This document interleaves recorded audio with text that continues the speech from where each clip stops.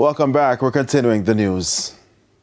Finance Minister Favour Williams will open the much-anticipated 2026-2027 budget debate in Parliament tomorrow. This after the Standing Finance Committee of the House of Representatives last week completed its examination of the estimates of expenditure and the proposed revenue measures that were tabled last month. The government said it's projecting to collect nearly $35 billion in new taxes to fill the gap in its budget for the next fiscal year. It's proposing to spend $1.44 trillion for the period which ends next March. Economist Keenan Faulkner says one of the issues he expects the finance minister to focus on is the potential impact of geopolitical tensions in the Middle East on recovery efforts post-Hurricane Melissa.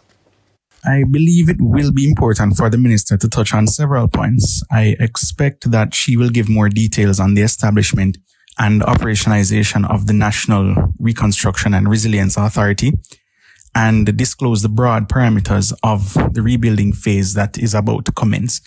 I also expect the minister to reveal any initial analysis undertaken by the government regarding the potential impact of the rise in oil prices and how this will affect our fiscal trajectory during recovery, including the impacts on revenues, expenditures, and any realignment that may have to take place in our fiscal accounts.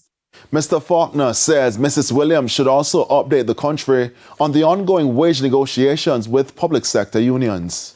I also think it will be important for the minister to give an update on the progress of wage negotiations for the current cycle and the sustainability of the wage profile going forward, given the fact that wages account for a significant portion of our total tax revenue intake.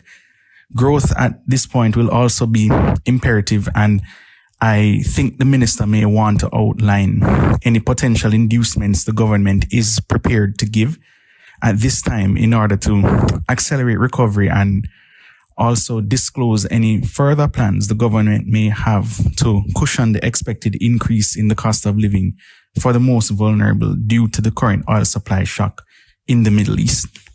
Opposition spokesman on finance Julian Robinson will make his contribution to the debate on March 12. On March 17, opposition leader Mark Golding will speak in the budget debate, and 2 days later on March 19, Prime Minister Dr. Andrew Holness will do likewise. The finance minister will close the debate on March 24.